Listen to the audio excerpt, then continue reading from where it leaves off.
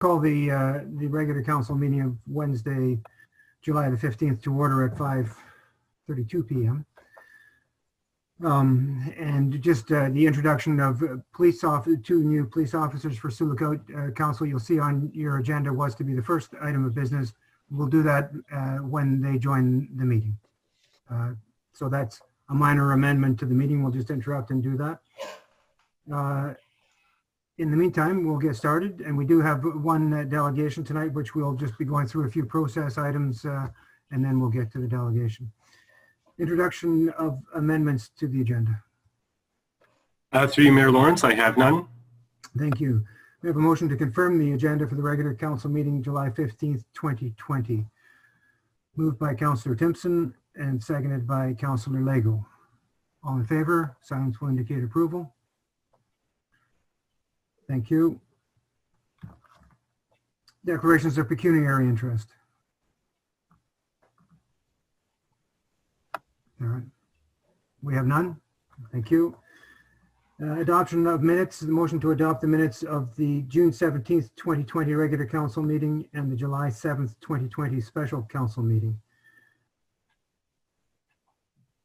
Moved by Councillor Fanlon, seconded by Councillor Howie. Discussion?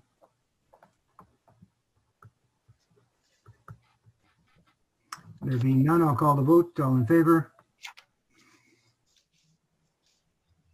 Carried. Determination of items requiring separate discussion. So we'll go, I think there are, go by number through the staff reports. There are 5 staff reports. Item 7.1, Wellington Street and First Avenue intersection upgrade projects, intersection design considerations. I see Councillor Cassidy. I'm sure there's some others. Item 7.2, 2020 asphalt pavement work contract award. I see nobody waving a hand. One last call. Item 7.2. Not lifted. Item 7.3, COVID-19 financial update. The council receives an update on the municipality's financial situation as impacted by COVID-19 pandemic. Item 7.3, Councillor Timpson. Item 7.4, public input at electronic council meetings, or the council authorizes the purchase of public comment. This is a choice, so I think we must lift this, correct, clerk? So I'll lift that one. Thank you. And finally, item 7.5, boards, commissions, and committees, budgets, cost savings. Councillor Timpson.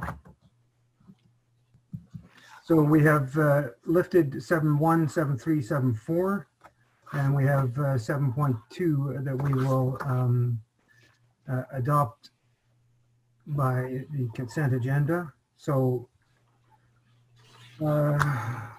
clerk. Go ahead. Mayor Lawrence, yeah, so we just need a mover and seconder to adopt items, item number 2. Moved by Councillor Cassidy, seconded by Councillor Bath, that council awards the contract for asphalt pavement work at various locations throughout the municipality to AJ Positano Paving or Acting Duval Developments Limited in the amount of $122,800 plus HST, and further that council authorizes the passing of bylaw number 63-20, being a bylaw to authorize and direct the mayor and the clerk to execute the contract between the Corporation of the Sioux and AJ Positano Paving for asphalt pavement work. All in favor? Carried. Thank you. We'll now go to delegation. And we have Kelly Schmidt from the Ministry of Transportation, a presentation on crosswalk at Highway 72 at Sturgeon River Road, which is just south of, for us, just south of Pelican, the Pelican Bridge at the hotel intersection, let's call it. So the table is yours, Ms. Schmidt. Please carry on. All right, thank you, and good evening to Mayor Lawrence and Council. I just wanted to give you a quick update on where we are with the pedestrian crossing. So I'm going to try and share my screen. So let's see.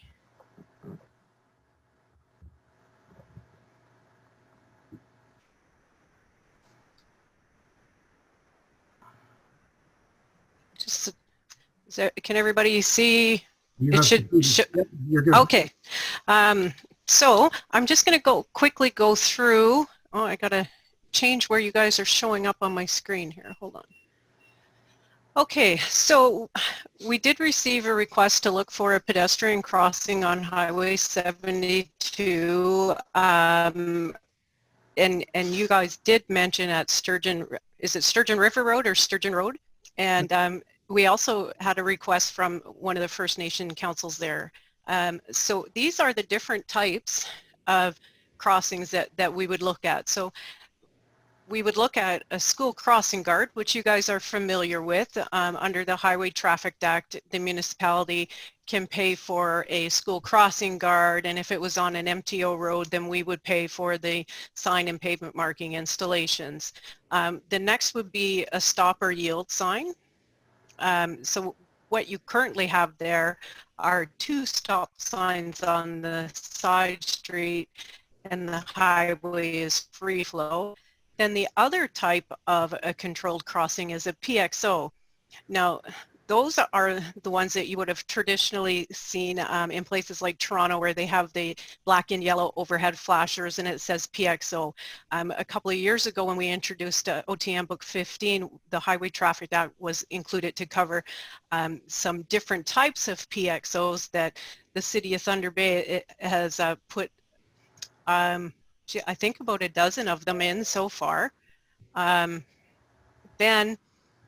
So what that consists of is overhead, something on a sign, and pavement markings or parts of that.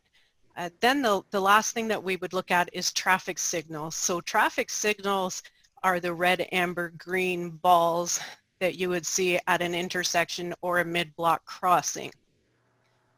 Okay, any questions before I move on? Could you, the traffic signals, is that traffic lights, is that? Yes. Yeah, so traffic signals, you would see a red, amber, green ball, so you would have to stop in one direction while the other directions has green. I just call them traffic signals. Lots of people do call them traffic lights, but then we get confused with lights and illumination. Do the current one at Tim Hortons, that's a PXO? I don't know if the clerk has it has the overhead lights. I'm not familiar with what you have there. Okay. What is the location? It's Wellington Street, and I don't know what avenue that is. Okay, I'll have a look through Google Earth to see if I can find what that is, and then I'll include that in, I'll send you this presentation just so you have a bit of a summary about what we talked about.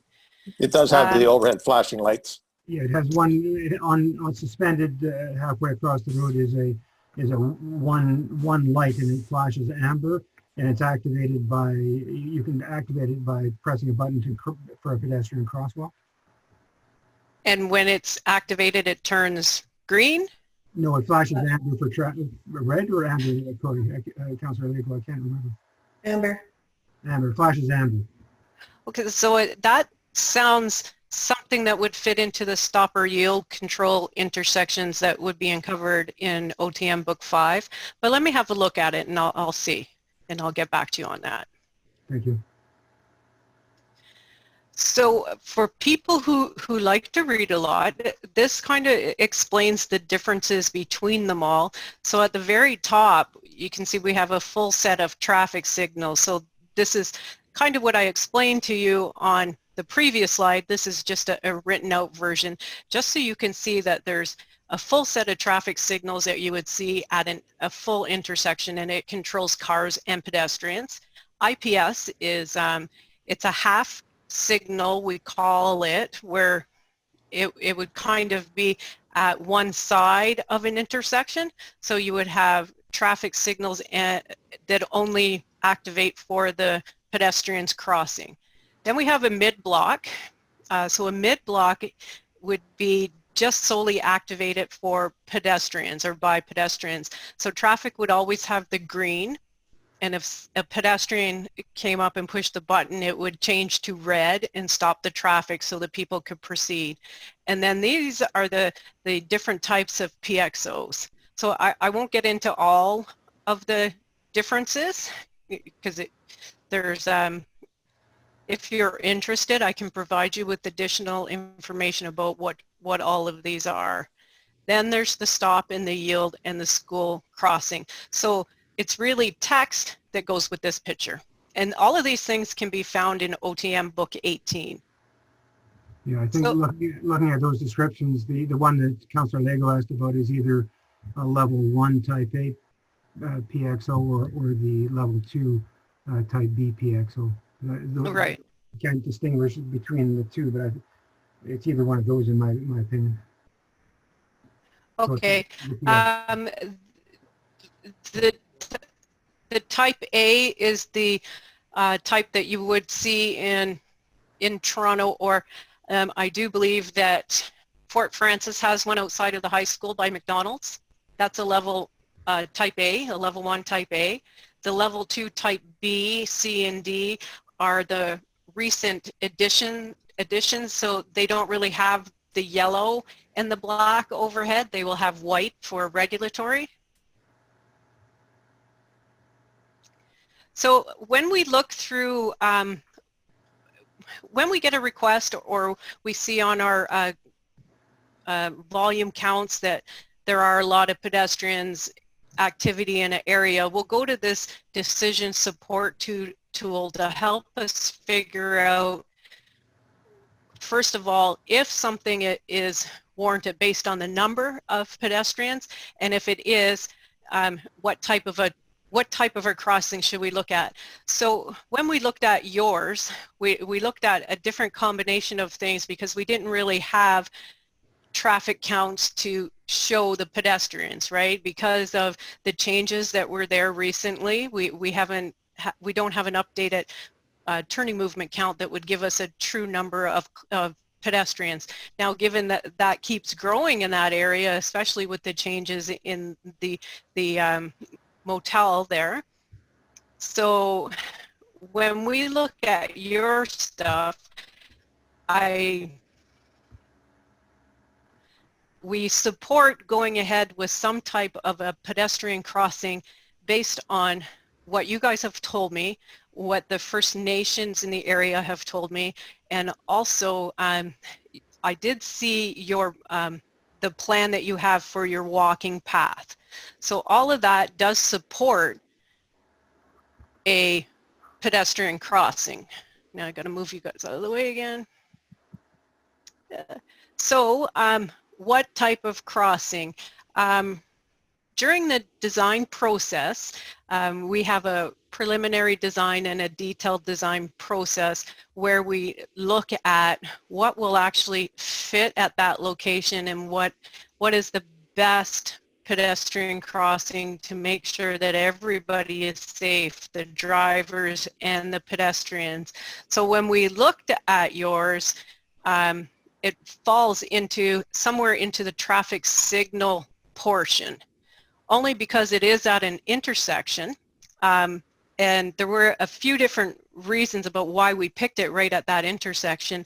What we've been seeing with some of the pedestrian crossovers is that people, the drivers, don't really understand when to stop, how long to stop, and when to proceed. With the traffic signal, everybody knows in Ontario what a red, amber, green ball is. So we are currently in the design process for this, so it has been approved to install something. The preliminary, moving into detailed design stage, is where we'll look at the different alternatives, and I think the alternatives for your area would be either a mid-block traffic signal, a full set of traffic signals. I think those are the safest for your area, but we can still look at different alternatives during the design process. So what happens from here, we have a planning and design team that have started doing the work on on a pedestrian crossing. We have the funds there to do a design. So as part of the EA process, the design team will be reaching out to you, the public, and anyone else that we've had correspondence with to talk about the different design options, and then with the input from everybody through the EA process, we come up with the preferred design. And then we go through and do the final design and construction. So that's really all I wanted to bring you guys up to speed on today. I just wanted to let you know that, yes, we did hear you, and yes, we are looking at some type of a pedestrian crossing. We might come up with some different alternatives that we'll definitely discuss with you and the public, and then we'll have a preferred design and move forward with construction. So, are there any other questions? Sure. Thanks, Ms. Schmidt. We'll go to the council. I'll just ask the one question I think that might be on all the councilors' minds is what's your time schedule for this? I'm just gonna look that up. I had it in my email, but I closed my email because I didn't want it to bother us during the presentation, but give me a second here. So I'll just get the councilors ready. Starting with Councilor Timpson. Yeah, I was wondering, two questions. This is, I understand, fully funded by MTO. And secondly, one thing I think is worth considering is what the people that are staying at the hostel, what kind of a setup would work best for those folks, given that they come from the isolated north and may not be used to traffic signals and so on. That might be something that could be considered with the health authority. So, two questions.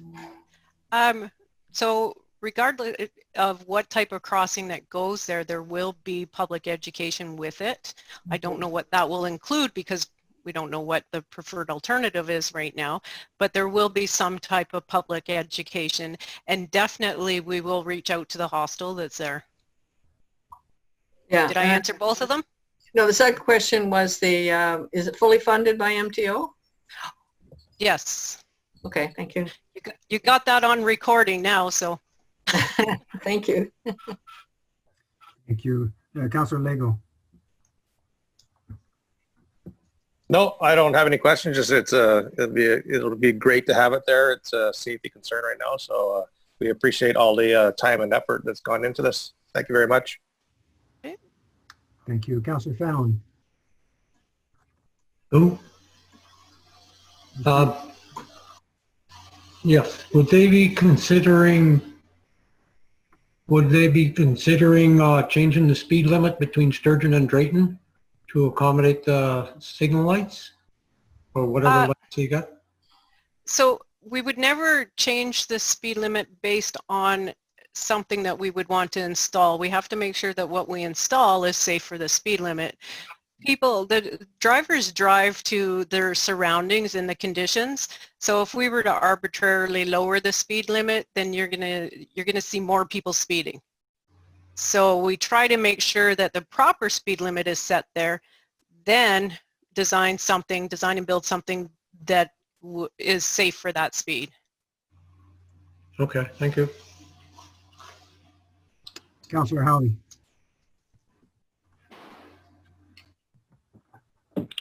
I think this is a great addition. I mean, it's something that I heard during the by-election as a concern of people, is that we need to have some kind of crosswalk at that intersection, especially as Joyce mentioned, we need to keep in mind the culture differences for those coming down from the hostel. So I think with some consultation maybe with SwiftNet, we could come to a very well-rounded decision on it. Thank you. Councilor Cassidy. I echo some of the comments there, especially I'm glad to see this moving forward. I think this was something that we actually brought up when we looked at rezoning the hotel to a hostel, was this possibility with increased foot traffic, the need for a crosswalk. So I'm glad to see it come around rather quickly. My question, I guess, is with regards to the terrain approaching it with that hill, will that be factored in, especially within the winter months and stuff like that, for stopping distances and if people are at the Definitely. crosswalk, yeah, with enough approaching time for people to brake? Yeah, definitely. Okay, I'm excellent. just taking notes, so I just keep looking down. That's what I'm doing. Excellent. No, that's great. Thank you very much. And Councillor Ban.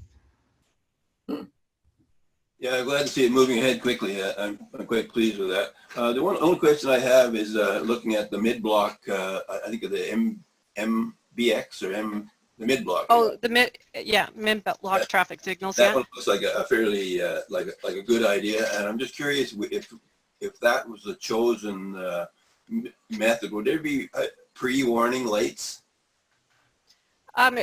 When we install the advanced warning lights, it's usually triggered by something like reduced visibility or something like that. But yes, we would look at that during the design.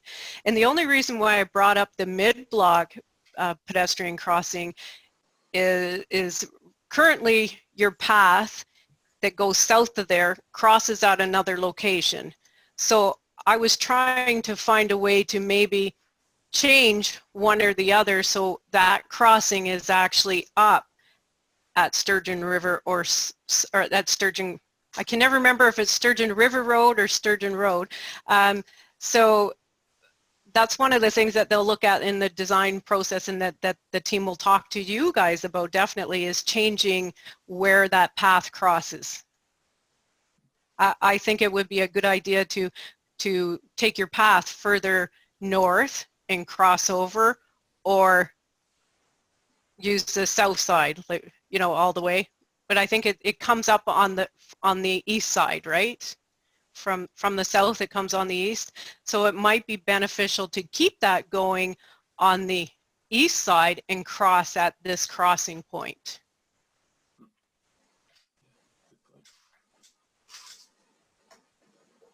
Councillor Bao. Thank you. Yeah, I'm just not, the path crosses, there's a pedestrian footbridge across with the highway footbridge, or the highway bridge, and and we can't change sides of the footbridge. And then the rest of the path, there's about a kilometer of path leading out to that point of highway crossing at MNR. So if MTO is willing to fund all that, we'll consider it. That's great.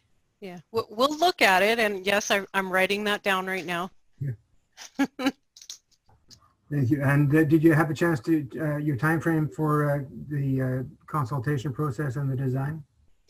The construction year right now, I don't always like to say when the construction year is, because we don't always have funding that far ahead of time, so it could change. But right now it's scheduled for 2022. So that means that the consultation and the design will be done this spring, or this summer into next spring. Good. And just when in the consultation, certainly Slifna, and you've talked about education for the hostel. The clientele at the hostel, it's like a hotel. It's changing all the time. So it's you know, and people might be there from anywhere from 2 days to 2 weeks. And I think at that hostel, it's 100. Right now, it's less, but typically it's a 100-bed facility. Councillor Howie might be able to confirm that. And the people who arrive there arrive on the transportation provided by SLIFNA. They don't have private vehicles, and there are a lot of pedestrians. Plus, the other hotels are overflows for the hostels as well. So, in your consultation, be sure to speak to the Sioux Lookout First Nation Health Authority about the numbers of people staying in pedestrian traffic. Yes, we have heard from them also that they would like to see some type of pedestrian crossing here. Usually what we do as part of the training is leave brochures. So that would help that there where they have a high turnover rate. You know, there would always be the brochure there, and we would definitely talk with the staff that are there. Great. Anything else, Council, before we? Yeah, I was just going to say, Yeah, I think that the staff would be in a good position to advise as to which of the choices would be preferable, given that they would know what the people would be familiar with. With Tim Hortons kind of thing, probably people are becoming familiar with that. I don't know, but I think the staff there would be very useful to advise on what would work best for the people. Yeah. Anyway. Definitely. Yeah, we'll definitely talk to them. They will be part of the process. Yeah, because the occasional community has stop signs, which nobody pays attention to anyways up north. There's no light. It's just not there. There just aren't lights there. It would be. Yeah. And we have the same thing here in Thunder Bay. We do have a lot of First Nation, remote northern First Nations that come to Thunder Bay for different things. So yeah, and we do try to reach out to them. Okay, that's good. Anything else, Council? No, so thanks. And I see we're introducing 2 new OPP officers tonight. I assume you will talk to the OPP about this as well as a part of the consultation process. Of course. They know about it already. Maybe not the 2 here, but the OPP know. All right. Well, thank you, Ms. Schmidt. It's very refreshing that you came on and gave us this information, and that you were so frank and forthright in the information you gave. Very much appreciated. No problem. Anytime. Thank you. Is it all right if I stay and watch the OPP stuff? The meetings are open to the public. I'm not sure. Okay. Clerk, you'd have to determine how that works with the delegation. Go ahead, Clerk. Through you, Mayor Lawrence, it's been our practice that anyone who attends as a delegation is welcome to remain for the rest of the meeting if they wish. Thank you. Thank you for your interest.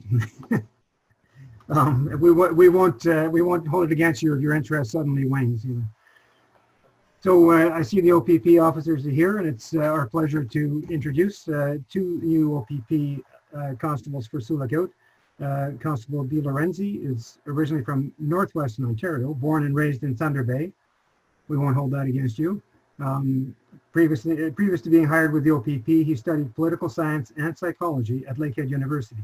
He also worked for the City of Thunder Bay Parks Department and for various youth programs in the city. In his spare time, PC De Lorenzi enjoys being active, playing sports, and being outdoors. About his placement in Sioux Lookout, PC De Lorenzi advised, being born and raised in Thunder Bay, I don't think there's a better place to start my career than in Northwestern Ontario. I'm proud to say that I'm coming to Sioux Lookout and look forward to meeting and becoming a part of the community. So welcome, Constable De Lorenzi. You're welcome to say hello. You guys here? Go ahead. Yes, we sure can. You can hear us, yeah? No, thank you very much for having me. And like you just said in that blurb there, I'm proud to be here, and it's been great so far. Everyone's welcomed me, and I'm happy to be here so far. Thank you. Provincial Constable Yu is originally from South Korea and moved to Canada approximately 7 years ago. PCU studied psychology at a university in Korea and served in the Korean military for 2 years. Since arriving in Canada, PCU has worked as a security officer in Winnipeg and earned a certificate from the Manitoba Institute of Trades and Technology and an honors diploma from Northwest Law Enforcement Academy. He spends his free time playing guitar and taking part in outdoor activities such as fishing, skiing, golfing, and camping. PCU is looking forward to working in Sioux Lookout so that he can play a role in making the community better by helping people. Constable Yu, you're welcome to say a few words. Yeah, hello. Thank you for having me here. I'm very looking forward to work here and then make the community a better place. Thank you both. It's great to see you. We have a good relationship with the OPP and the officers here, and I'm sure you'll be part of that. Constable Yu, I just have to tell, my son went through the officer training at the same time you did, and he was wondering about, are you getting enough snack food in Sioux Lookout? He says you were very, yes, you were very generous with it at the police college. So he was yes, concerned. Good, good. Well, welcome, officers, and hope you have a good stay in Sioux Lookout. Thank you very much, and thank you for having us here. Council have anything they'd like to say other than welcome? We're good. Councillor Timpson, you're mute. Yeah. Councillor Timpson, you're muted. Yeah. Thank you, Constable Yu, for helping me out at my place the other day, if you remember. Yes, I believe it. Great. Yeah, it's a small town, Constable Yu. We'll all know you, and Constable Di Lorenzi. It'll happen quickly. Thank you. Anything else? Great. So welcome, officers. Have a good stay. And stay long. Thank you very much. All right, Council, I think we are now into items requiring separate discussion. We'll start with item 7.1. The Council supports the recommended intersection design, a roundabout, for the reconstruction of the Wellington Street and First Avenue intersect. Based on the rationale presented in the traffic impact study, new commercial development report prepared by the project design consultant, Kuwait and Askey Limited. Moved by Councillor Lego, seconded by Councillor Timpson. And we'll start the discussion with Councillor Cassidy. Yeah, I guess my kind of question with regards to this design and with the roundabout being designed for a wheelbase of 15 meters and the potential for development in behind, if we have a roundabout that's designed for 15 meters and any development that goes behind there, their supply trucks or the stuff that brings in their merchandise has greater than 15-meter wheelbase, will this roundabout potentially affect the development and what can go back there if they can't provide their supplies and goods? I'm assuming the Public Works Manager is on board. Public Works Manager? Through you, Mayor Lawrence, yes, I made it into the meeting. Sorry for the technical difficulty I had at the beginning. I didn't have a meeting ID on hand to log in.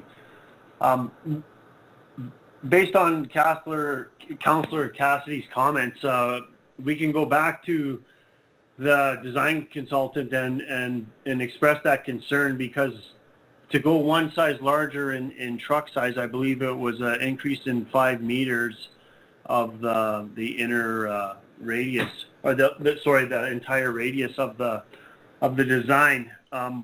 I know we briefly discussed that, and there is the ability for trucks to mount the inner part of the roundabout. So although there's a designated lane, there is an area to the inside of the lane that is available for mounting of tires. It's not like a barrier type curb or whatever, it's mountable. So it would be able to accommodate trucks in that fashion, although that could be somewhat more restrictive in the winter, I would assume. But that's something we could take back if that's felt to be detrimental to any development in terms of that. It does have the area available, does have the ability to make it bigger, but of course, once it gets bigger, there would be increases in cost as well to consider. Thank you. All right. Councillor Cassidy, anything further? No, I appreciate that. And I know, like, you look at it and it looks like a truck could potentially, I would think when we're designing it to wheelbase 15, I would think it's probably to do almost the full circle. And if it's potentially a straight shot in and not too bad coming out if it's going into the main part where the development's going to be. It's something I would like to consider and make sure that we get it right. And I know it's tough too, because we don't know what development's coming there. We don't know what trucks or servicing is going to be needed. So it's almost an unfair question to you, but I appreciate maybe a look into that just to make sure if we're going to spend $2 million, we spend it in the right way and we don't do something that could potentially hinder development or any businesses that potentially want to come there. So. All right, we'll go around the table. Councillor Brown? Yeah, I can't really add too much there. That's what I looked at too. It's the larger truck turning to the right in particular. I wasn't concerned with the left turns, but particularly the right turn to the new development. It could be pretty tight, and I think that one might loosen up fairly easily if the radius of the right hand lane was widened a bit. So I think that we could probably do that maybe without actually changing the full circle. So I think so. Whatever the designers can come up with, it would be nice to make sure that we've got access to the subdivision or to the Hillcrest area with no issues. No questions there, just comments, Councillor Bath. Sorry? No questions there, just comments. Just comment, yeah. Thank you. Councillor Timpson. Yeah, just do we have any sense of when there might be development there at Hillcrest? To you, Mayor Lawrence, I'd have to defer that question to either the development services manager or the economic development manager. I can't speak to that. I haven't been dealing with that. I know it's forthcoming, and there's been some changes, I believe, in terms of what the development was to be. At times, it's changed. We did request accurate details on the development because it does affect the design process as to how the traffic counts are undertaken in terms of what businesses are actually being there, because the traffic is affected. The volume of traffic is affected, obviously, by the type of business and what people are accessing it for. So when it came down to providing information to the consultant, I was given the best information at that time, and the consultant made some assumptions based on the businesses and to utilize the correct traffic counts, but I can't speak any further than that on that subject. Thanks. CAO, do you have a comment there? Yes, just to provide a little bit more clarification. Thank you, Mayor Lawrence, through you. In addition to what our Public Works Manager, Andrew Jewell, has already said, there have been some changes to the development on that property. At this time, it's still confidential because there's more than one party involved in the development now. Something will be coming to council in the very near future for approval to go for funding for the site development, at which time council will have more information. And that had changed. The scope of the project has actually gotten larger, and so that's something that we're working on right now with Andrew, with Jody, and with Vicky to make sure that what we do with the development on this corner will suffice for what the development is on the Hillcrest property. I apologize, we can't say much more than that at this point, but council will be brought up to date very shortly. Thank you. Councillor Leahy. Yeah, no, I don't have an issue with either one, the roundabout or the other design. Again, my concern was just the right turn going onto Hillcrest and making it accessible for bigger vehicles. That's and I guess we'll be getting some more information, and Andrew will be able to use that once we get all that information. So I don't think anything will be going ahead anytime soon with the design phase. So once we get that information, we'll all have a better picture of it. Thank you. Clerk. Through you, Mayor Lawrence, if it would be beneficial, the Public Works Manager did provide me with two animated drawings, if you will, showing the two options. If council wishes, I can share my screen to show both of those options, to show sort of what it's conceived to look like. Council? Yeah, works for me. Yep, go ahead. Okay. And I'll get to Councillor Fallon and Councillor Howie after.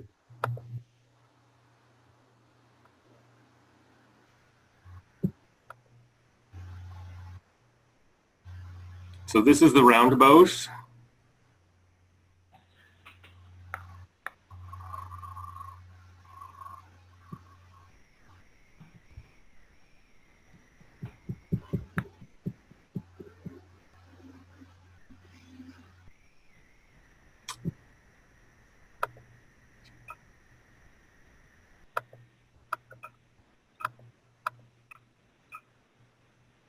I think we're good there. Okay, and here's the other one.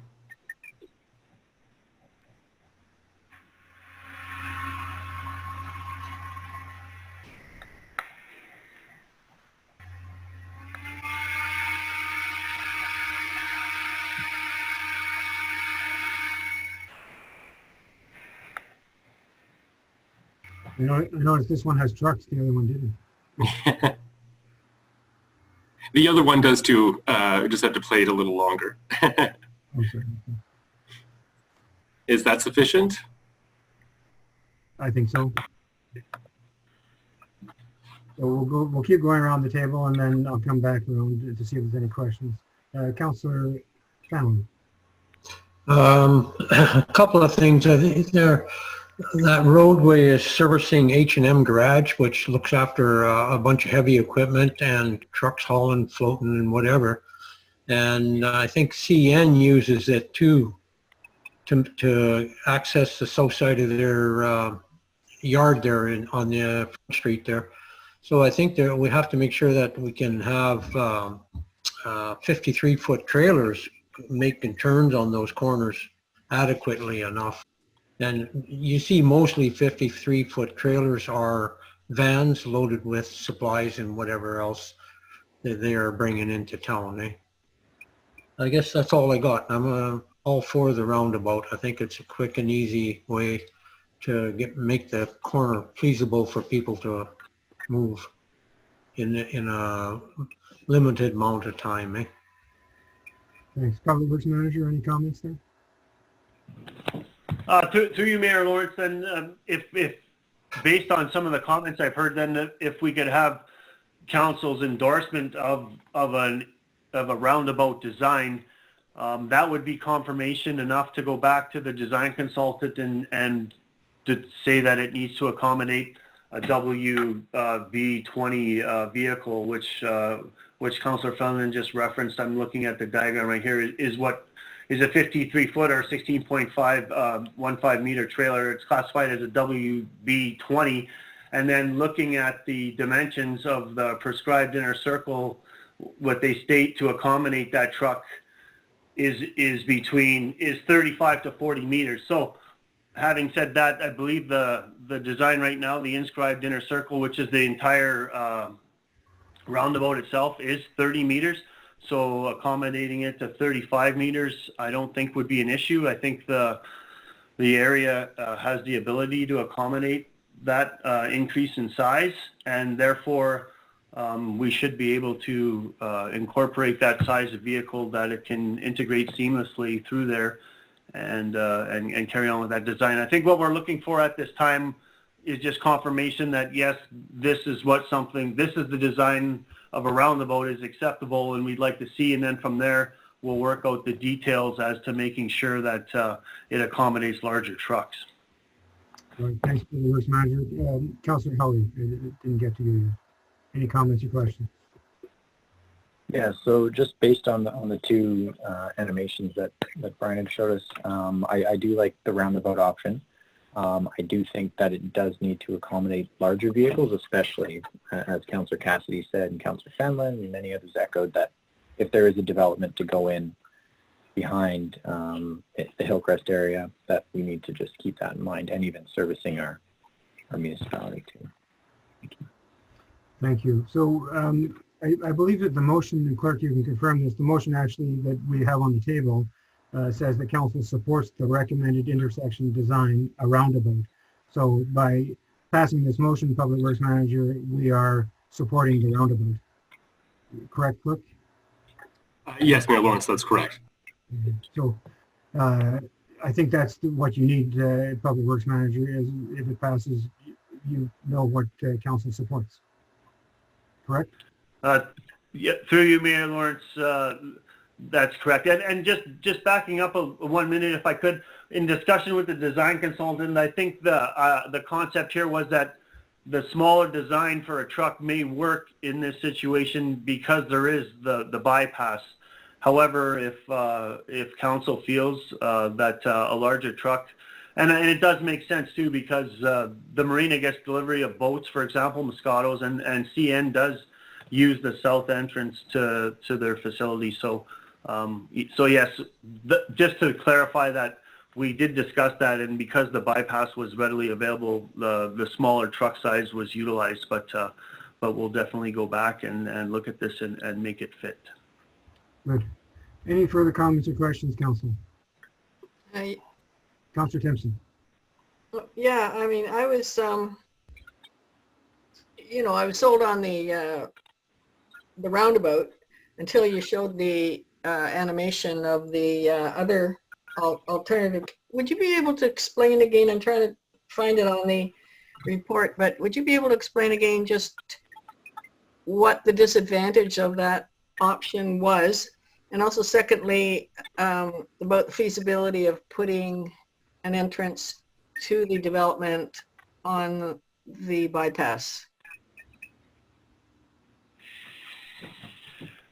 Through you, Mayor Lawrence, the animation for that you just viewed for the conventional type intersection is not an exact replica of what they designed. It was the best that they could incorporate with the software because of the complexity that this intersection presented here as the conventional one is made of.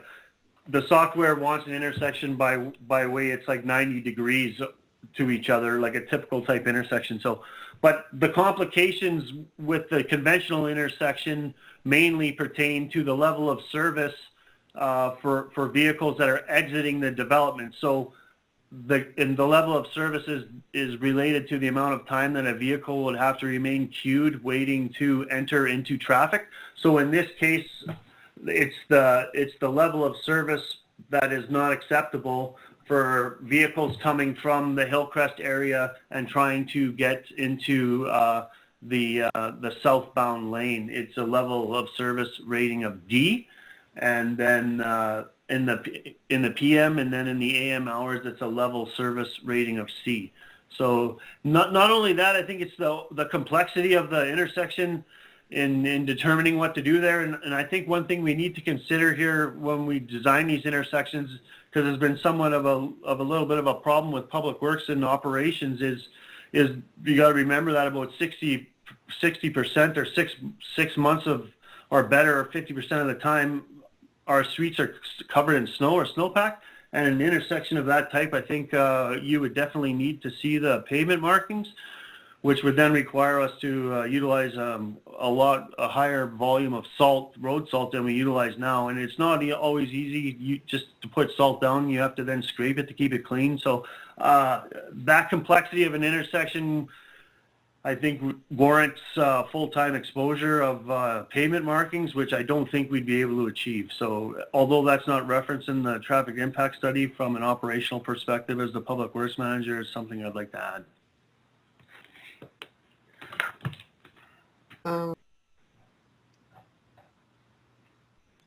Yeah, I was asking also about the entranceway from the bypass to the development. Is that feasible? Through you, Mayor Lawrence, that's a good question. Entrances, that's off MTO, so that would have to be an application that's made to MTO in terms of utilizing that as a truck route.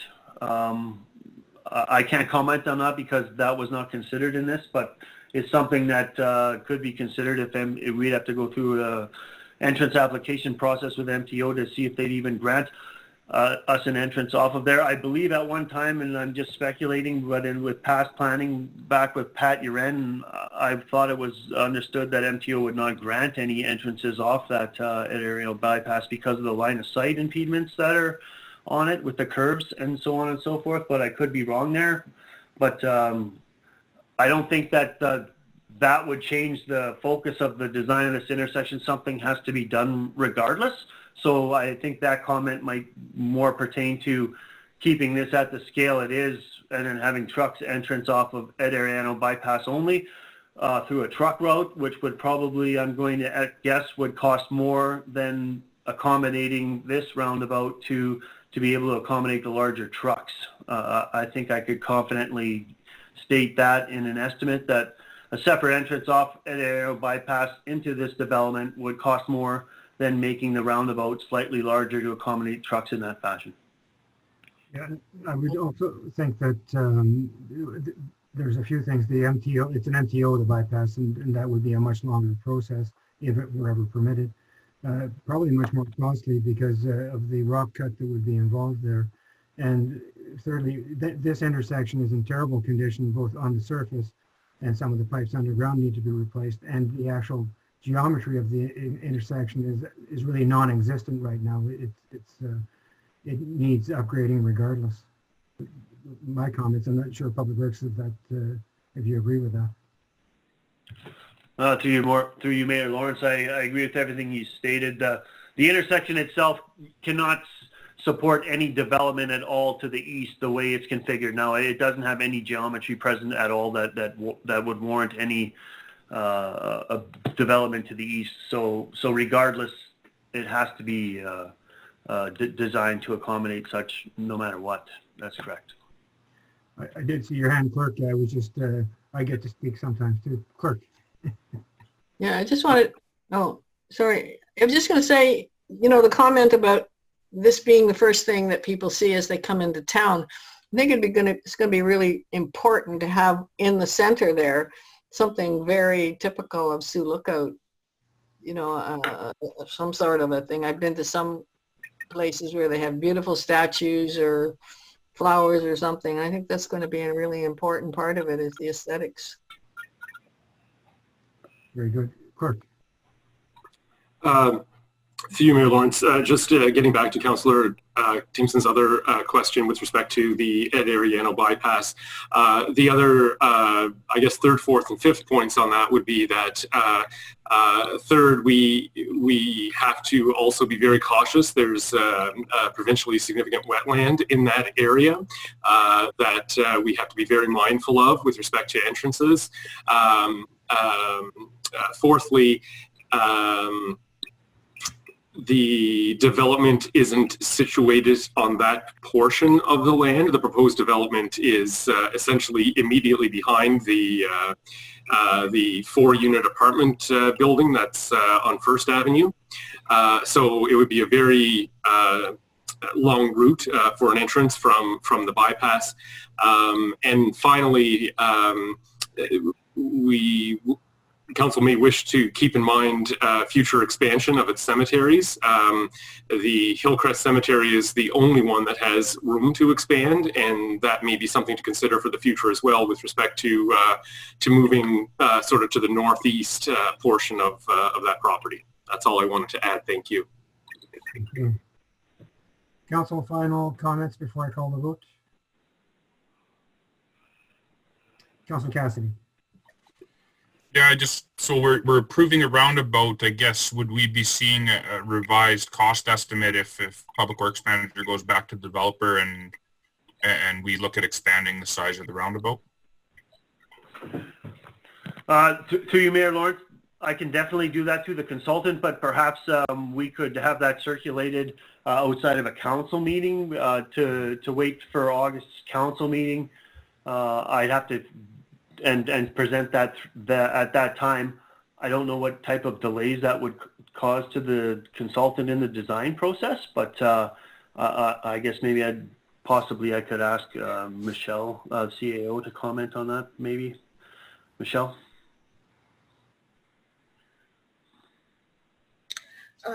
Yes, I agree with the Public Works Manager. If Council's amenable to that, what we can do is circulate the revised cost estimate. If there's no major concerns, we can move forward.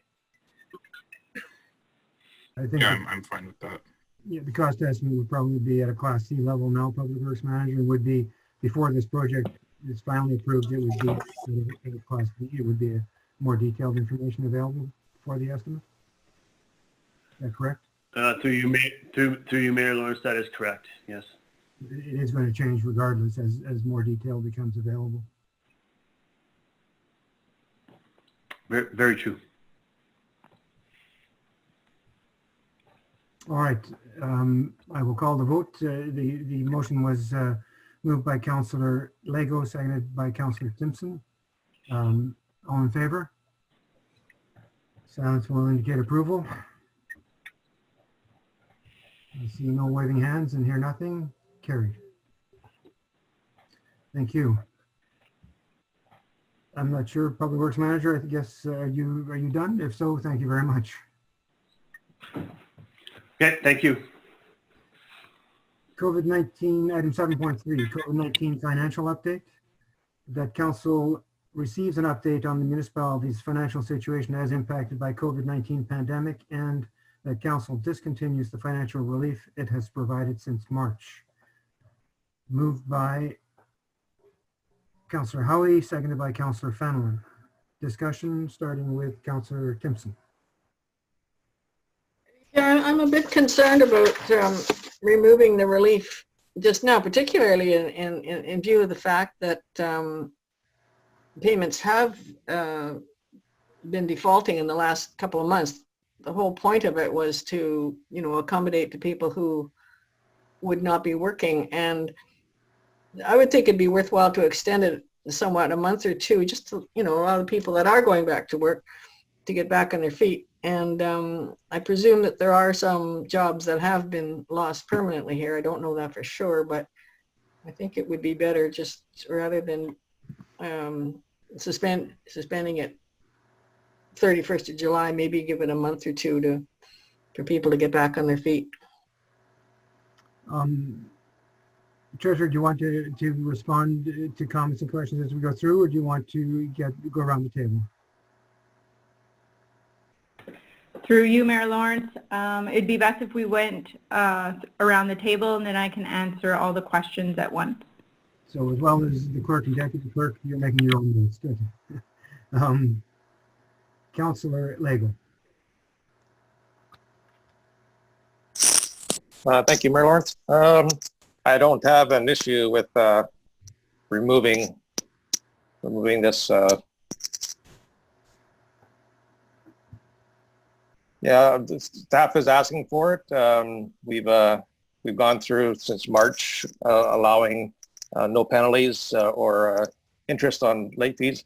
I do want to hear from the treasurer whether people are just not paying. I don't know how we can tell if they're just not paying or think that, well, since there's no penalties, I don't have to pay. Eventually, they're going to have to pay. So for me, I think at the end of July, we should start, if payments are late, then we can start adding interest or late fees onto that at that time. I have no concerns moving forward. We're going from stage 2 to stage 3 for most businesses now. I think that might be the most concern for, I was out there, was businesses were not open or they're limited to what they could do. I think as we move into stage 3 here, we'll see increase in business and walk-in business. And I see some businesses are making the choice of staying takeout for restaurants, but that's their own personal decision on their business. So yeah, I don't have an issue and ending the fees for at the end of July.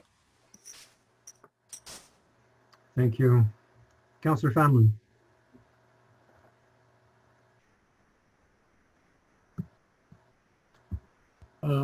I agree with the statements and decision that's being made at this time.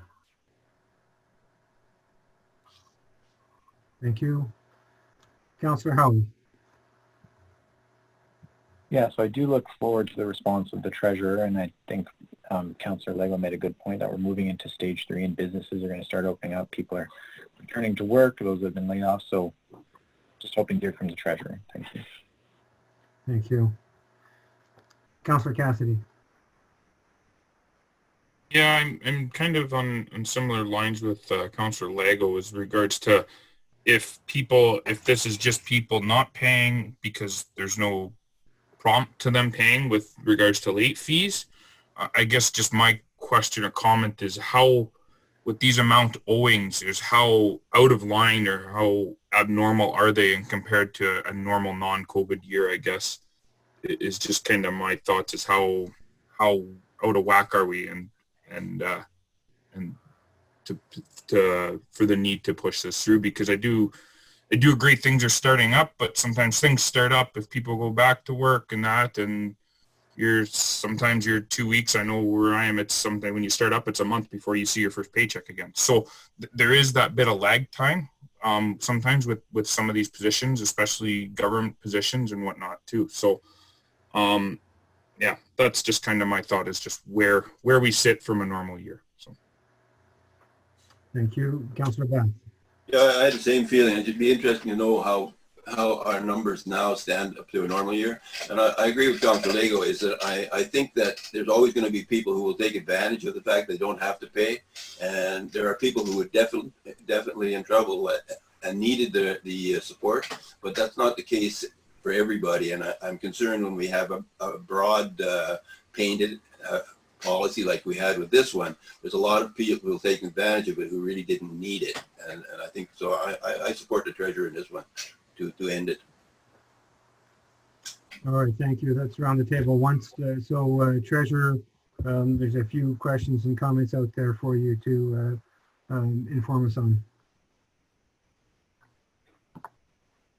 Thank you. Through you, Mayor Lawrence. It is a lot higher, the outstanding payments from this year compared to other years, which is which was bound to happen due to COVID-19.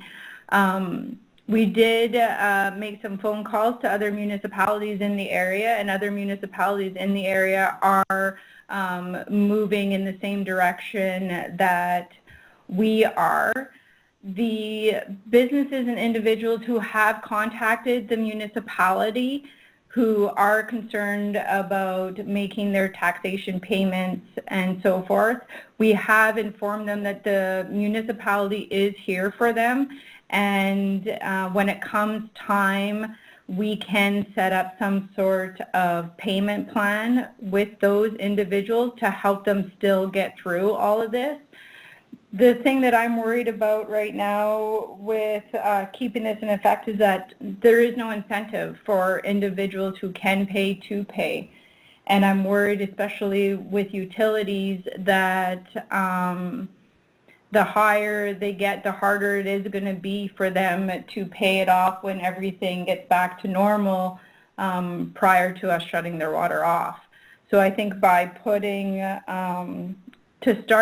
for the finance department to get back to normal is a good starting point to try and get residents to think about paying their outstanding payments to the municipality. And that's all I have. Yes, thank you. Through you, Mayor Lawrence. Just to add to what our treasurer has already said, we recently, oh, sorry, I just lost it. Shoot. We recently did a briefing note for the mayor presented to the Standing Committee on Finance and Economic Development regarding the impact of COVID to the municipality, our businesses, and in the construction industry in Sioux Lookout. And when we did the analysis, I believe, I think it was Councillor Cassidy or Councillor Lego, I'm not sure which one, previously asked, where do we sit compared to last year? Our receivables in property taxes are up about 220,000 compared to last year at this time. And the overall receivables are for 2020 are in around the $500,000 range. And same with utilities. Utilities compared to last year at this time is up 17,000. And then other receivables is in the $137,000 range. So part of the problem is we're also running into cash flow problems because of the lack of being able to collect these revenues. And that is forcing us to go into a demand loan position, which means we're starting to pay interest charges on borrowed money, which ultimately affects the tax base in the long run as well. So those are other reasons why we'd like to discontinue it, the tax relief. And as Carly previously mentioned, a lot of other municipalities in our area didn't even give any tax relief through this COVID. So I think we've done a good job in trying to help out our residences and businesses thus far. Thank you. Thank you. I'll go around the table again. Councillor Timpson. Yeah, this seems to be premised on the belief that people are just taking advantage, and we're really not asking the question, how many people actually will not have a job to go back to, and who are the people who are not being able to pay their taxes and not being able to pay their water bills. All I am suggesting is we give people a month to kind of get back on their feet, and people who have lost jobs might be able to find something else, but yes, our cash flow is maybe hindered, but what about the cash flow of the poor guy on the street? We don't know how many people have lost jobs permanently. And so I mean, just because everybody else is doing it, I don't think we should. I mean, we made the decision to go this route, then we shouldn't just cut it off in the middle. That's my view. Just looking, Councillor Timpson and Treasurer, help me. I'm trying to find in the report. What is the date that Councillor Timpson suggested adding a month? Where are we now? What would be the date as per your report? And I think June 30th? Through you, Mayor Lawrence. You go ahead. In the report, it states that we currently want to end it on July 31st. So if she wishes to extend it another month, we'd be looking at August 31st. Okay, thanks. I just wanted to get that clarity for my concerns. I'll keep coming around the table. The clerk has a comment. Through you, Mayor Lawrence, also just for council's information, should council wish to extend this relief beyond July 31st, it will require a new bylaw, and therefore it will require another special meeting of council prior to July 31st, just so you're aware. Thank you. All right, keeping going, Councillor Lego. I stand where I stood before on this issue. We're moving forward as a province, and especially here in the north, we haven't seen a lot of COVID in our community. Things are moving forward. Unfortunately, the borders are shut down for another till 21st of August, I believe now, the U.S. border. That's going to put a big dent in, well, the season is done for the tourist operators in our community. Hopefully there's some relief coming from the other levels of government for the tourist operators. But right now, I agree with the treasurer that she can work with the few people that need to be worked with to make a plan to move forward to either make smaller payments or figure it out. That's what she is there for, and she has stated that she's willing to do that and that she has done that. Thank you. Councillor Family. One thought was everybody's talking here is that maybe we could do a check on the unemployment rate and see if it's as what it was prior to COVID and where we are today, and see what that can tell us with whether we're on the right track or not. Thank you. Councillor Howie. You know, I'm of the same mind of Councillor Lego. I think that I do appreciate that the treasurer is working with people on kind of a case-by-case basis. So I'm still of the mind of July 31st. Thank you. Councillor Cassidy. Yeah, I appreciate the responses from staff, the treasurer, and CAO. I think it's I think that's what I needed. I'm happy to hear that we are working with the people that have come forward to say, hey, this is the situation. I need some help. That's what I'm glad to hear. And I'm okay with the July 31st and working with people on a case-by-case basis as well. So thank you. Thank you. Councillor Bath. Yeah, I still support the treasurer's position and the councillors who have spoken to it. I think that you know, the options are there. People, we're not going to throw anybody out in the street. I think the treasurer's going to look after it if the situation come up. So I think we need to carry on with that. I don't think we can keep forever just letting things ride. So I'm okay to go with that. All right, thank you. Any final comments, Councillor? Yeah, I mean, can we get, I think it would be a good idea to get the actual unemployment rates. And secondly, I thought when the treasurer said she was working with the businesses who were unable to pay taxes, are you working with just the ordinary folks who can't pay their taxes or who can't pay their water bills? through you, Mayor Lawrence, I'm working with any individual who contacts the municipality to deal with whether or not it be taxation, utilities, or their accounts receivables. That's a normal process, I think, but also I think in the introduction of the bylaw that is covered by this, wasn't there a point made of doing that in the information that went out that we would work with people? Through you, Mayor Lawrence, I believe so.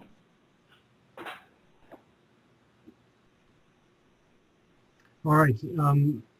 I think I will call the vote, and if nobody's proposed put forward an amendment through any formal process here. I haven't heard that.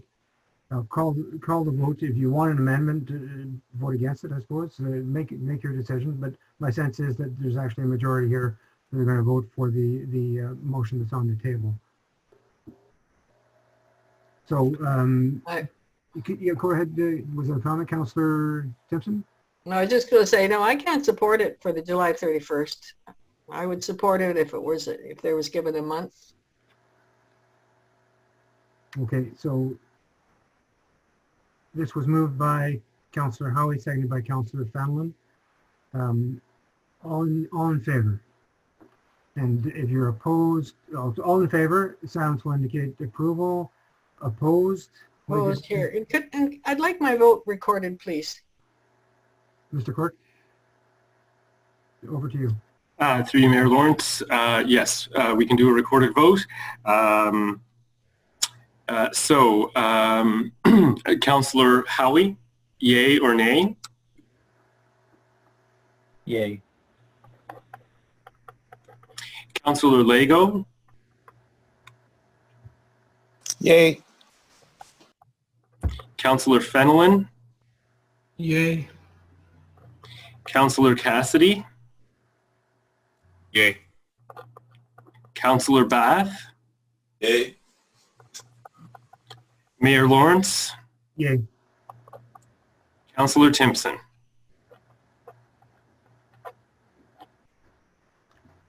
Councillor Timpson, you need to unmute.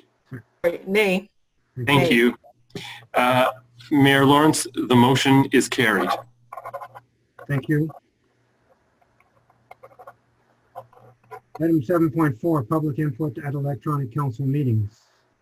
Mr. Clerk, there's two motions here. How do you want to proceed? How do you suggest we proceed? To you, Mayor Lawrence, I just at this point I would just suggest discussion of the topic, and based on the outcome of that discussion, selecting which motion fits best. All right, thank you. So the topic is the council supports the measures established by the clerk to receive public input on council meeting agenda items and directs no further action to be taken until the review of the procedure bylaw is complete, which timeline is we're meeting again in September and completion in October, November. Is that fair enough, Clerk? Yeah, Mayor Lawrence, I through you, I expect the review of the procedure bylaw to be complete in September with adoption in either September or October. Okay. Or that council authorizes the purchase of the public comment module as part of the East Drive meeting management solution, and the council acknowledges and understands that the implementation of this system will result in additional staff time and related costs. I lifted this because of the or, but I will start the discussion with Councillor Howie.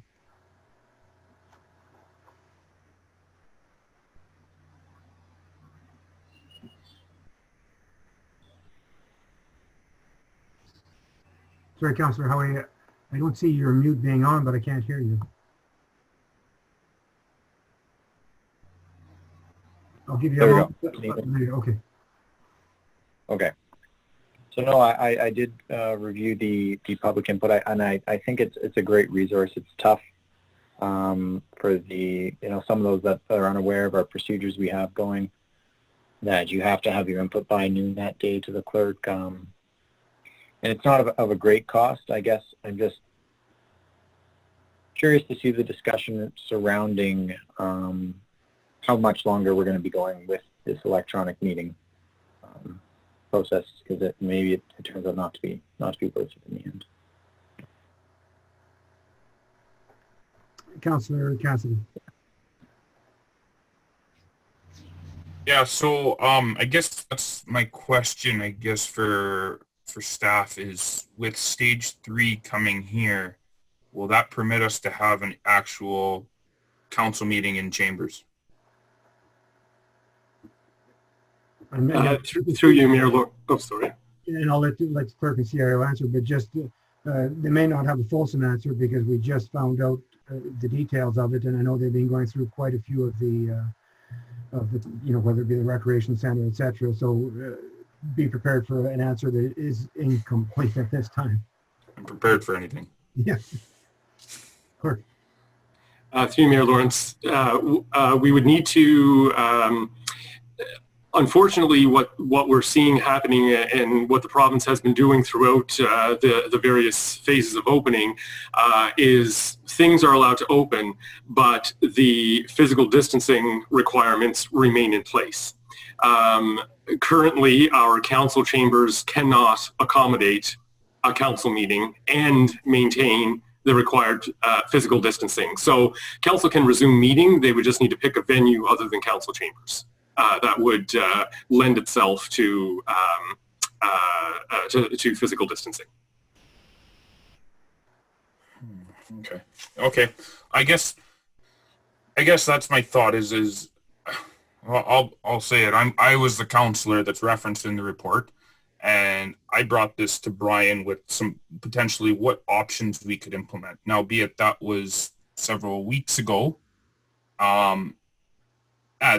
And with this COVID, it seems like it's changing, and when it changes, it drops and it comes at you quick. So with us going to stage 3 and I guess the potential for even the social distancing stuff could be changed in another 3 weeks, like everything has. It's just, you don't know.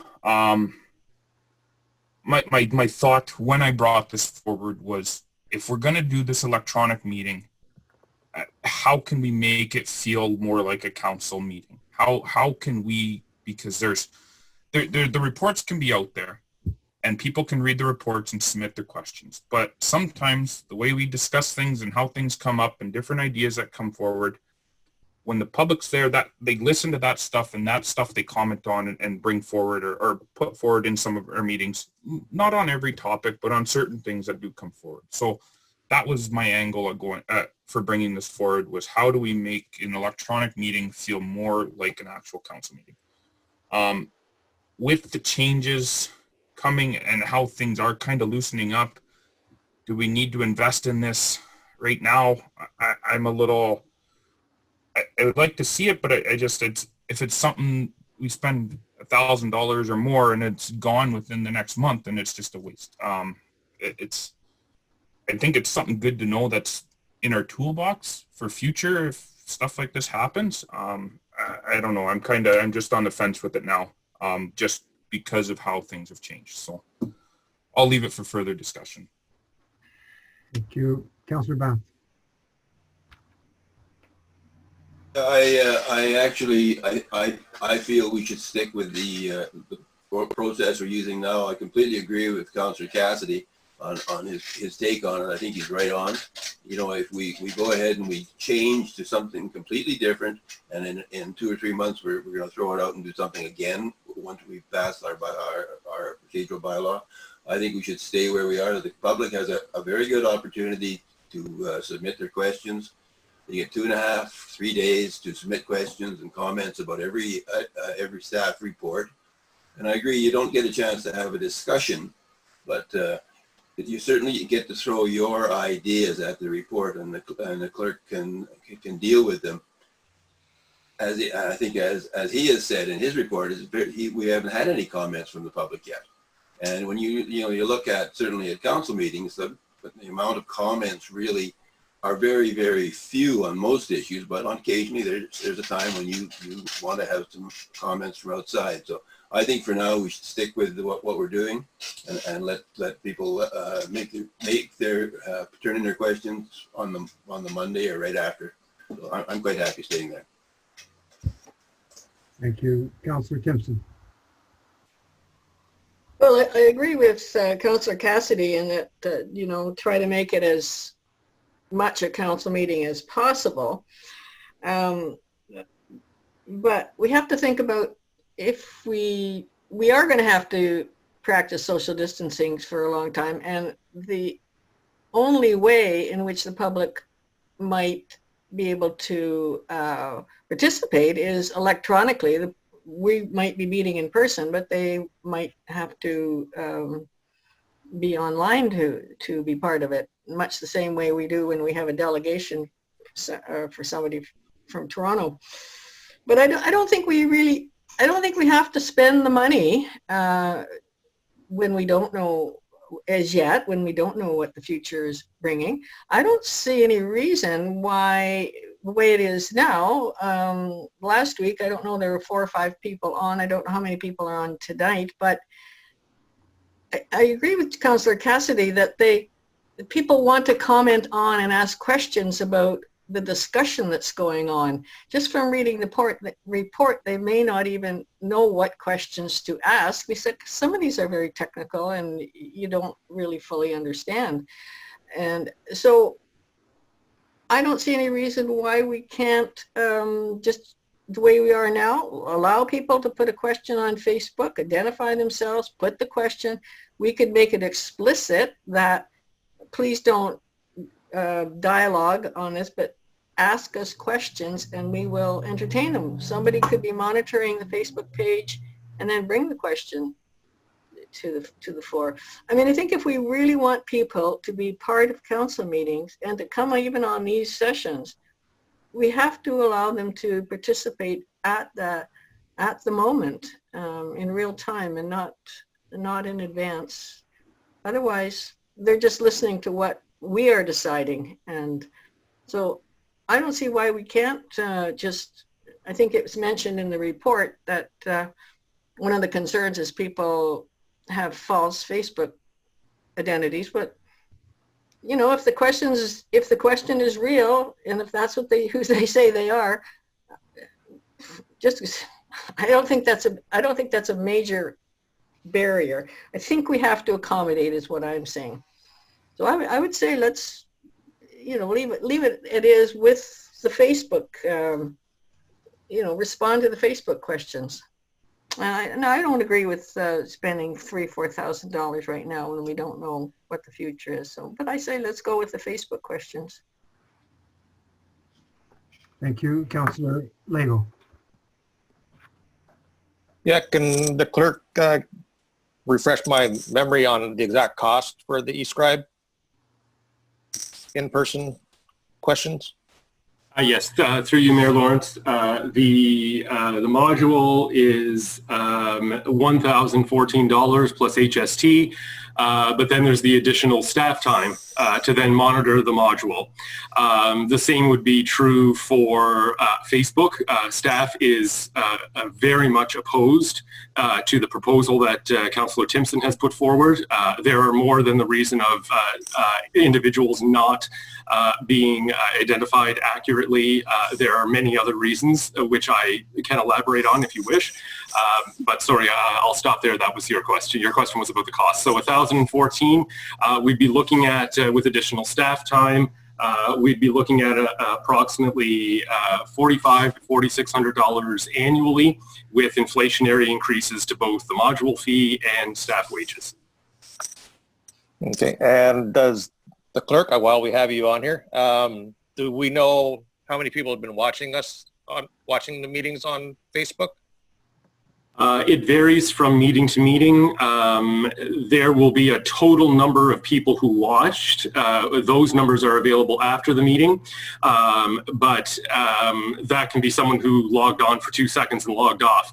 Consistently, there's about 8 to 12. Okay, I think maybe we can, as to Councillor Cassidy and the other councillors, I think maybe if we reevaluate in August to see, as they were saying, things are changing so fast right now that we don't know what the new rules are going to be come August. So maybe at our August meeting, we can reevaluate going ahead with eScribe. I agree. I don't want to be taking questions off of Facebook as well. Besides that, whether we, yeah, I'll just end it there. Thanks. Thank you. Councillor Fennelly.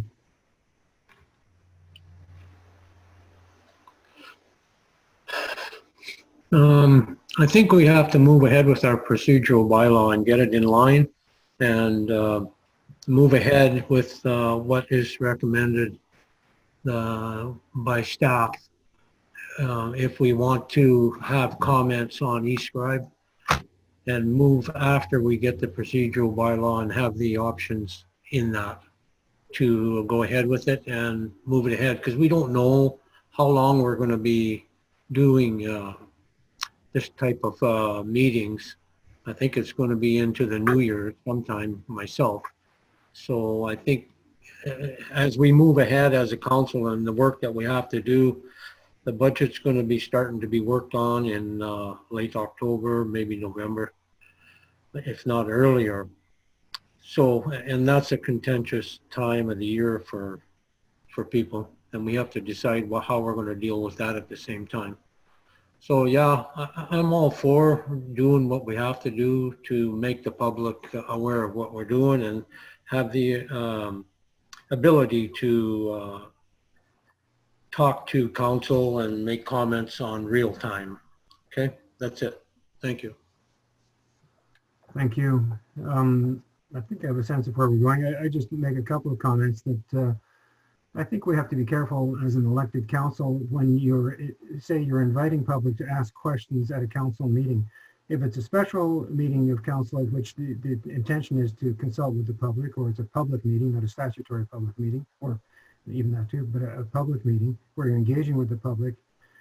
But the public has ample opportunity anytime to consult with, have a question forwarded through any one of you as council, through me, can make comments to me on anything that they would like to see brought up at the council table on an item on the agenda. Once the agendas are out, they have time to come to any one of you to say, I'd like this to be considered in your discussion. At the council meeting itself, it's a slippery slope when then unelected members of the public are having the same voice as you are by asking questions and entering into the discussion. I think that's what elections are about, and an open and transparent council meeting at which the public can watch and see what we're doing is that's transparency. Having an individual from the public come in and have the same voice as an elected councillor at a council meeting, I think is a slippery slope away from democracy. That's my comment, but I think we have enough at the table right now that I will put the clerk, unless you have anything, clerk, to say? I'm sorry, Mayor Lawrence, I didn't get your last comment. This is your report, so I'm just asking if you had any comments, any final comments, or? No, thank you. I've had the opportunity to respond to any questions. Thanks. CAO, anything? No, Your Worship, I have nothing to add. So I will, council, what my intent would be now is just the first part of the motion, the first on top of the or, I would put that to a vote. And if it carries, it's done. If it doesn't, we'll go to the second one. Is that fair enough? Does anybody have any comments? Councillor Cassidy. Yeah, I believe Councillor Lego made a suggestion about just deferring this for another month to see how things shape up. I would be in favor of supporting that.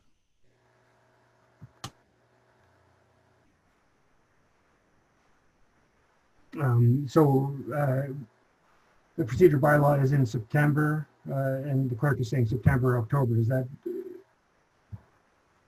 I mean, I think if we support this first resolution, all we're doing is carrying on the way we are until the procedure bylaw is complete in the next 2 to 3 months at the most. Is that acceptable, Councillor Cassidy? Is that rather than defer? Do you need? If we took it off the table, clerk, does anything change?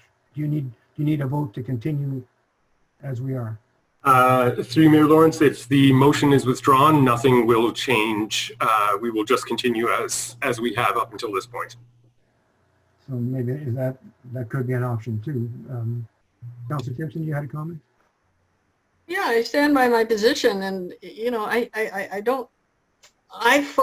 really do believe that people should be able to comment and question in real time and in person at council meetings. I don't think that doesn't mean they have the same voice as an elected person. It just means that they're giving a different view on things. And I don't agree that, you know, that I cannot see why it would take more time to have someone monitoring the Facebook during a meeting and just presenting the questions that are posed by the people on Facebook. There's always a feeling that, you know, Facebook is this evil empire, but the reality is that is how people are communicating these days. And we have to accommodate people. So I don't agree with either of the suggestions. I think we should accommodate. That's one of our pillars in our strategic plan. And if we're really serious about it, then we have to be willing to have these kinds of dialogue with the public. Otherwise, people will not come to council meetings just to watch us. Otherwise, there's just no point in people coming. That's my view. So I don't support either of them at this point. That's okay. We'll continue to agree to disagree on this one. But the numbers from the clerk are, in fact, sounds like more people are coming to council meetings and viewing them by this methodology than have been physically coming, where we have sometimes 0 and sometimes on a real hot topic we will get 15 or 20. Which is even more reason why we should try to accommodate them, because they are interested. That's how I see it. And once again, I'll agree to disagree, but that's okay. That's fine. Yep. Any further comments, council? Then what I'm going to do, I'm going to move by Councillor Bath, seconded by Councillor Lego, that council supports the measures established by the clerk to receive public input on council meeting agenda items and directs that no further action be taken until the review of the procedure bylaw is complete. All in favor? If you're opposed? I'm opposed. Thank you. All opposed? I recognize two in opposition, Councillor Timpson and Councillor Cassidy. Having opposition, Councillor Howie, you're in opposition? So we'll say all in favor. Raise your hands, please. Carried. Thank you.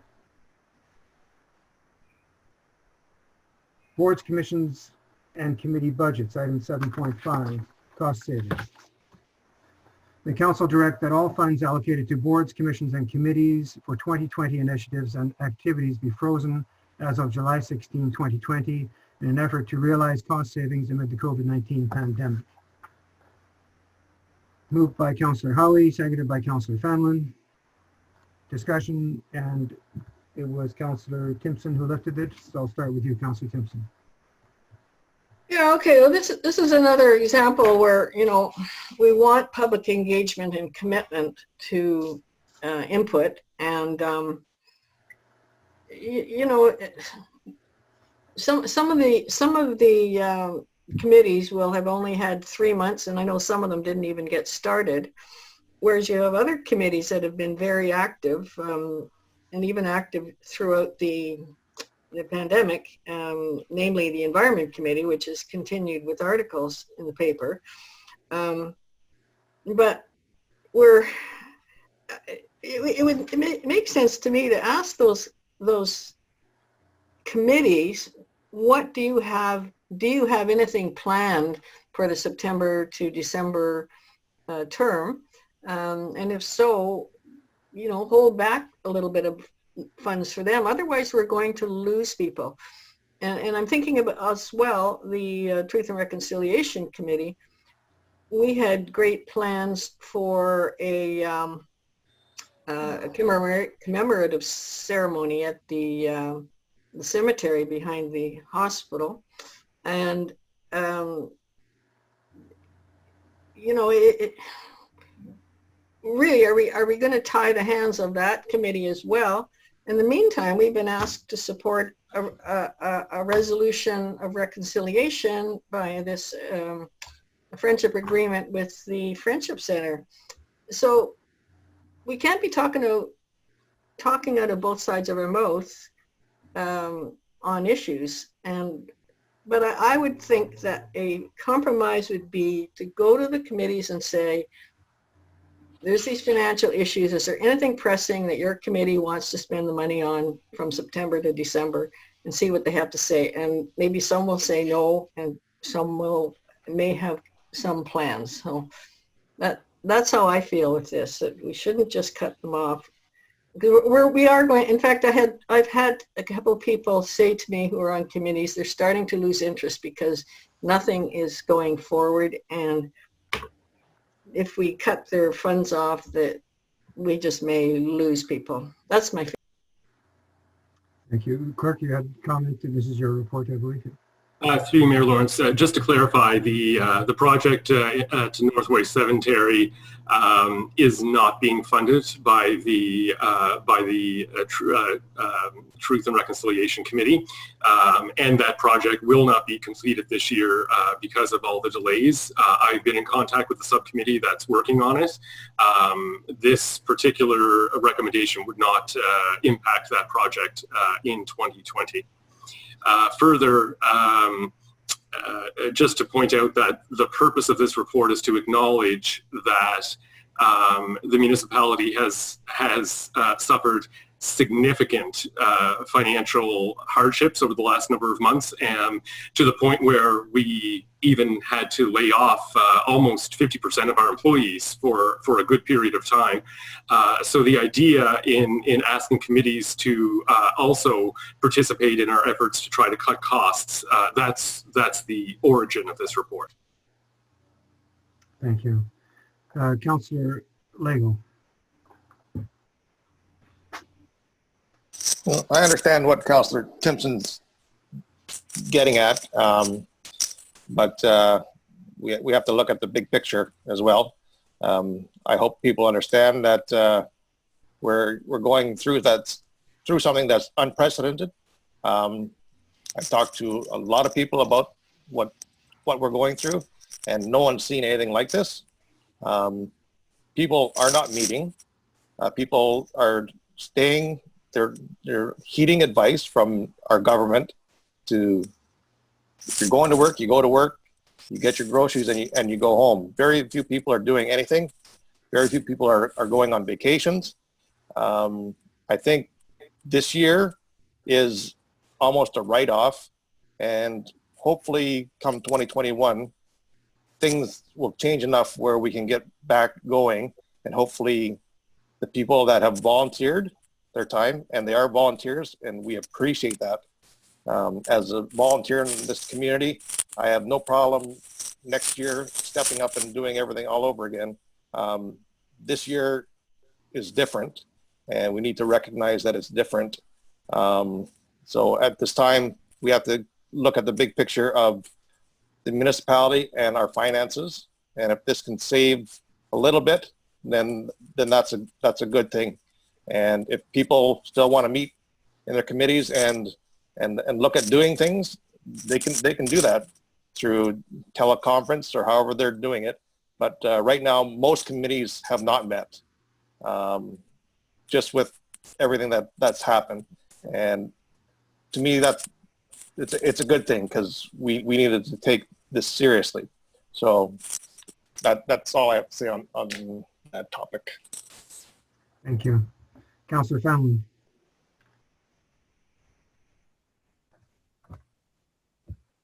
I agree with some of it, but I don't think I can say yes to this procedure unless I'm talking to the Hudson Advisory Committee to see. They have, they're the ones that say what they want to spend their money on, and some initiatives are so small that we would like to see them go ahead because they are small. So I can't say yes to this without having a meeting with the Hudson Advisory Committee. Thank you. Councillor Howie. This year is essentially a write-off, and thank you for the clerk for mentioning that event, wasn't going to take place. I know that as soon as it was mentioned, I was on the opposite side, but I am of the mind that, if we are to continue, recognizing that the municipality took a significant loss, I think we do, would hold those funds back for the 2020 year. If a board or committee wants to hold an event in the event that things drastically change and we can all meet again, maybe by special request, but I am with the recommendation of staff. Thank you. Thank you. Councillor Cassidy. Yeah, I echo what Councillor Lego said as well. It's this year's different. This isn't like, we want to try and save some money just because we got hit. Everyone got hit. Everyone has had their deal or their struggles with this in many different ways. And I think the financial health of the municipality should come first. And I think a committee, well, you don't think you need the money to run a committee. It's nice to do the stuff and to fund some things and some special initiatives. But I don't think the committees run on money. They run on passion. They run on our volunteers who are fantastic. And that keeps it going. The money's a nice incentive to do some stuff and make some things happen. The year's a write-off. I don't know how much we're going to get through. And if this means clawing back a little bit to help the municipality, and because it's going to eventually probably help us at budget time as well. So we got to think long-term and big picture here. So I'm in support of this as well. Councillor Ban. Yeah, I'm in support of that. I think I think volunteers know, it's not as if they're sitting back there and knowing there's nothing happening. Everybody knows what's going on. That there's some people are hurting, the municipality is hurting, and I don't really think that I would be very, very disappointed actually if volunteers started looking for money to support a small project. I just don't see any reason in that. Right now we need to hold back as much as we can. We need to be ready for what's coming up next year and start again. I don't think our volunteers are quite that narrow that they'll walk away because we're not giving them a little bit of money. So I'm in favor of what's happening here. Thank you. Mr. Clerk, is there anything you need to comment on your report here? Through you, Mayor Lawrence, no, unless there's any other specific questions, I don't have comments right at this particular time. Thank you. All right. Any council have anything to add? Any other comments that are new or different? Yeah, I was just going to say, I mean, I'm sure if you ask the committees what they, if they have any projects that they were thinking of, we may be looking at a few $100s. We wouldn't be looking at the whole 18,000, I wouldn't think. I just think it's worthwhile deferring it for a bit and asking them. Any other comments, discussion, council?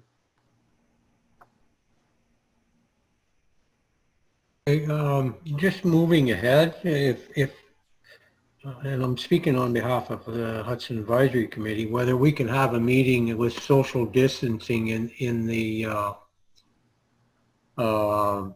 drop-in center in Hudson to accommodate that, because we can meet the requirements, are we not, right, Clerk?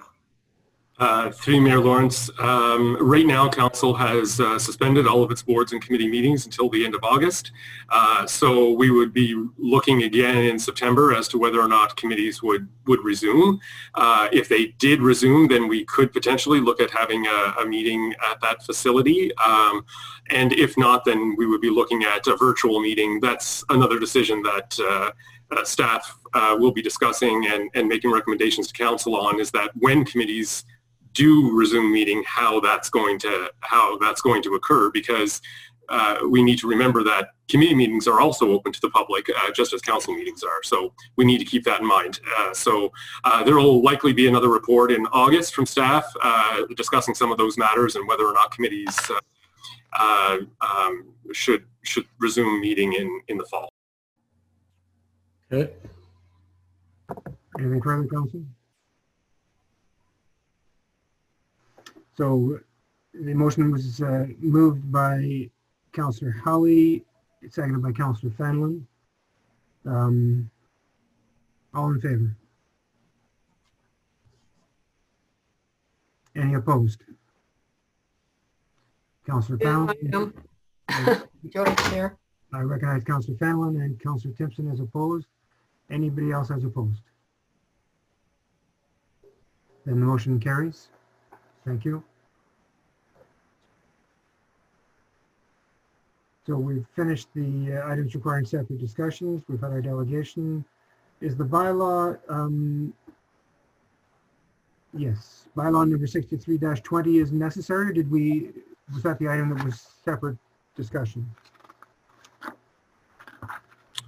Through Mayor Lawrence, yeah, both bylaws require passing this evening. Okay, those are the bylaws, not the resolutions. Thank you. Bylaw number 63-20 being a bylaw to authorize and direct the mayor and clerk to execute a contract between the municipality of Sioux and AJ Positano Paving for asphalt pavement work various locations. And can I do the other one at the same time? Bylaw number 64-20 being a bylaw to appoint a deputy treasurer for the corporation of the municipality of Sioux Andrea Zachary. Moved by Councillor Cassidy, seconded by Councillor Bath. All in favor? Silence indicates approval. And because we've had some, any opposed? None? So, where were the, I'm sorry, the bylaws, were they in the agenda? Or are they there? Item 10. Oh, okay, I missed them. All right, carried. Thank you. Item 11, none. Item 12, outside AMO initiative promoting greater collaboration between municipalities and friendship centers across Ontario. Mr. Clerk, how do we handle this one? Through you, Mayor Lawrence. So this is just an outside resolution. If there is just a matter of reviewing it and calling the vote if there's support for endorsing it. So I could give some remarks on it if that's. This is a resolution that AMO is having. They've been working with an Indigenous Relations Task Force with the Ontario Federation of Indian Friendship Centers to come up with a memorandum of understanding whereby AMO and OFIFC would work more closely together, recognize each other, and try to build relationships and improve lives that way. And then municipalities, AMO is encouraging municipalities to do something at the local level with their friendship center, basically a memorandum of understanding. I've been actually asked to present at a concurrent session at the AMO on municipal Indigenous relations. Somebody from Jennifer Dockstader from, she's in the Six Nations area, will be a panelist, as will be, I think it's Hill, I think it's Trish Hill, or Donna Hill, sorry, from Hamilton, and she's in the Indigenous Relations Officer for the City of Hamilton. So this is, it's about relationships and just moving things forward. I think it's well worth supporting. I'm not sure on this one. We need a resolution, Mr. Clerk, or how does this work? It is. Through Mayor Lawrence, that's at this one. It'll be at the discretion of council. The resolution is included in the agenda package. If you wish it to be read aloud, that's no, the long agenda. So we're looking for support. Or I'm sorry, help me, Clerk. What's the procedure? Or what am I doing here? Oh, so just looking for a mover and seconder to support the resolution that's in the package. Looking for a mover. Is there a mover? Councillor Howie, thank you. And a seconder? Councillor Lego, thank you. Any discussion, council? All in favor? Silence or hand wave indicates approval. I see nothing, I hear nothing about opposition. Thumbs up. Thank you. Carried. Thank you. Item 13, members of council, Mayor Lawrence to provide updates on their activities. So in the order I've got scribbled down here, Councillor Timpson, you're first. Oh, yeah.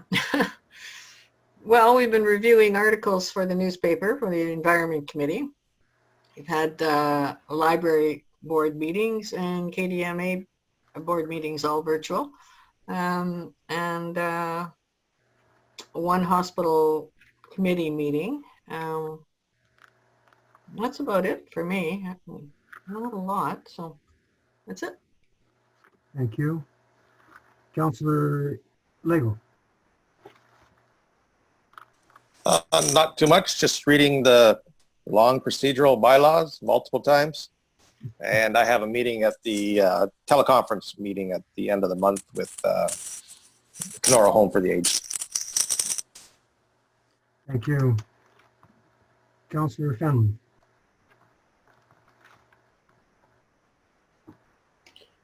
Nothing for me. LCC license or LCC committee is just the only one I have left. And they're on a hiatus till September. Councillor Howie. Yeah, so much like Councillor Lego, reading that long procedural bylaw and getting my feedback in to the clerk. Other than that, just speaking with people at a distance, I'll add, when I'm out in the community. But yeah.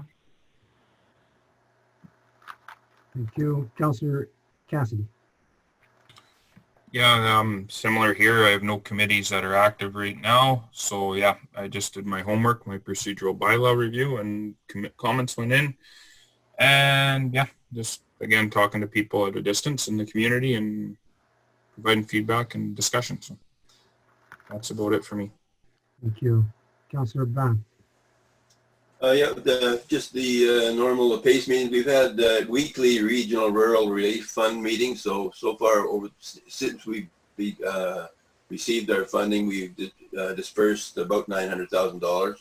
Most of it to tourist operations, but some of it to smaller businesses. So it's nice to see that. Also, we've had a couple of hydro meetings, again, all by online, virtual meetings. But so it's pretty quiet. Our regular PACE meetings, we haven't had any at all. So I think we're having one next. We'll be having one next month in August. That's all I have. Thank you. And then it's me.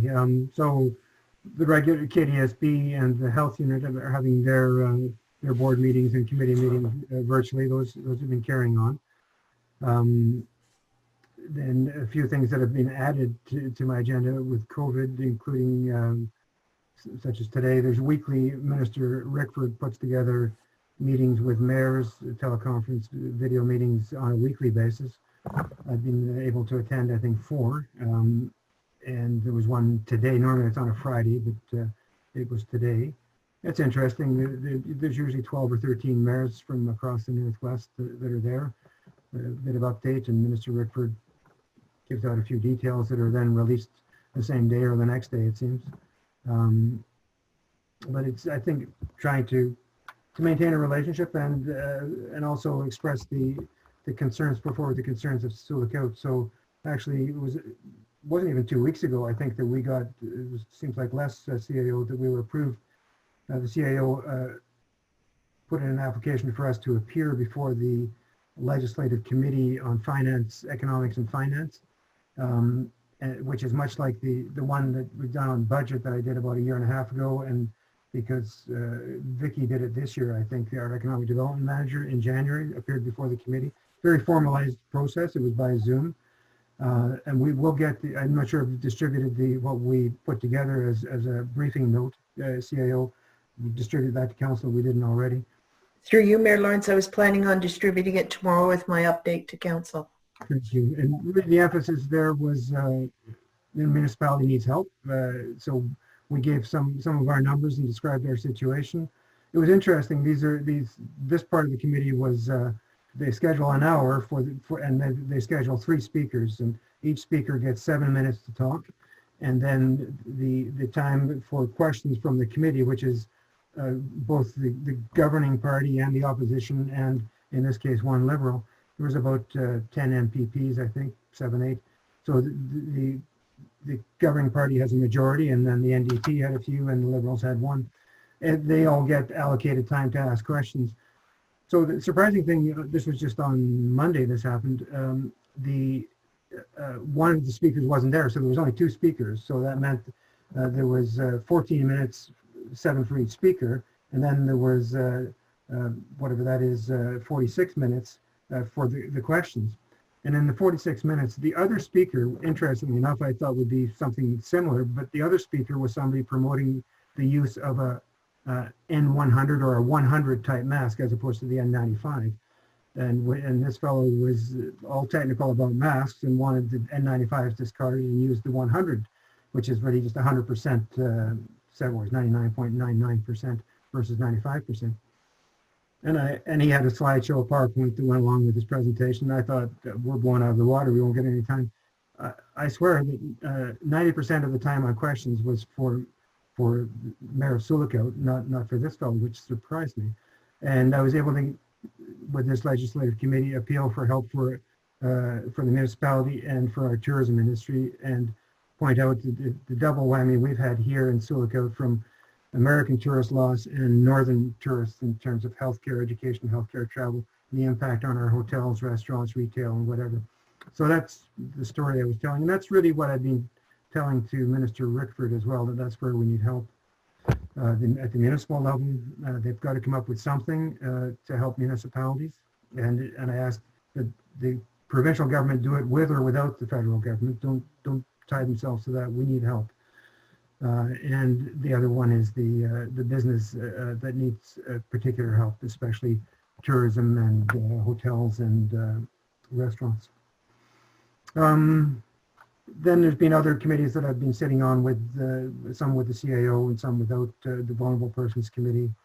SLIFNA contacted us yesterday, and we had a meeting today, a virtual meeting with SLIFNA, KDSB, Indigenous Services Canada, and a few others, and they're anticipating a huge, they're anticipating a second wave, or the first wave to go through First Nation communities. They're anticipating it and want to be prepared for it, and they feel they're still not prepared at the First Nation level. They've got as much as they can do in terms of isolation homes. The capacity of the First Nations is very limited. So the agencies are very concerned and are looking at, in some way, creating isolation capacity outside the First Nation communities. Today was a first discussion on that. And they're looking to Sioux, to KDSB, the health unit, and SLIFNA is the driving force, but the federal government's involved. So we've said yes, we will remain engaged and see where this goes.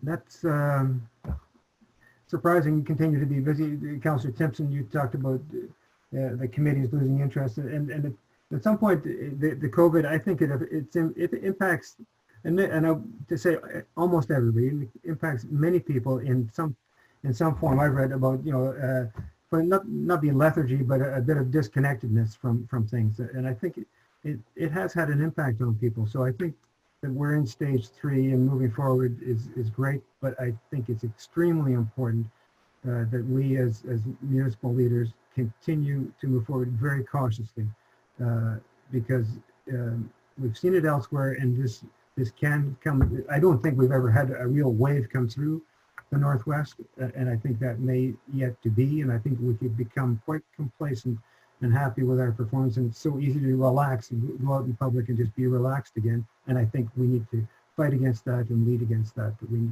need to continue to be cautious for some time to come. And that's what I hope to be. I see in myself at times when I'm, it feels like we're out again, and you begin to lose that little bit of caution. I think we have to maintain it. Sure, Councillor Timpson. Yeah, I didn't want to start a discussion on that.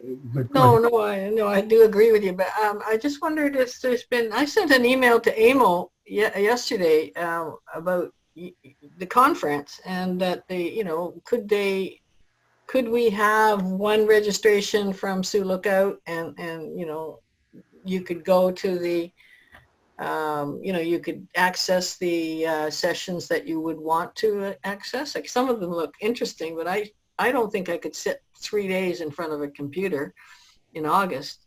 But I mean, is there any way that we can, you know, get a registration and divide it up or something?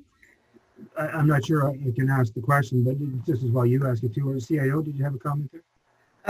Not at the meeting itself, but I can follow up with Councillor Timpson afterwards. Okay. What day? When is our next council meeting? Is it July 15, I think. Through you, Mayor Lawrence, it's July 9th. Sorry, it's August 19th. Oh, well, this is July 15th. Yeah. August 19th. when is AGO? When is AMO? AMO is August 12th, no, August 15 to 18, 19. It would be over the council meeting. All right. Thank you. I guess we do have a closed session portion to the meeting, so we'll need a motion to move into closed session at 7:30 p.m. to discuss matters of a general nature, subject matter relating to a position, plan, procedure, criteria, or instruction to be applied to a negotiation carried on or to be carried on by or on behalf of the municipality or local board pursuant to the municipal act as amended. One item, airport operations. Moved by Councillor Fanlon, seconded by Councillor Lego, that we move into closed session. And all in favor? Carried. We are now in closed session. Do we? Sorry, through you, Mayor Lawrence, just a reminder to everyone that now we need to move into the room. There's a little button that should appear on your screen. If you can just click the join button, we'll move into closed session.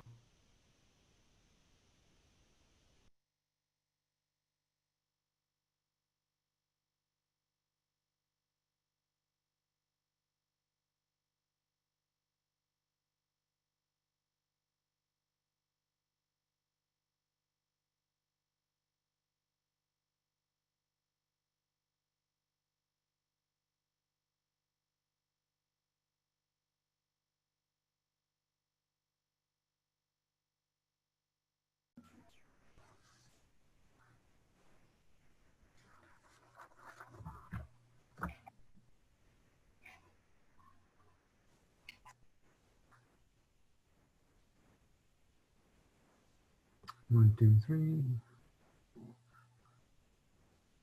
I think we're all back. There's the clerk. All set to go. So we need to ratify that motion, that direction to staff.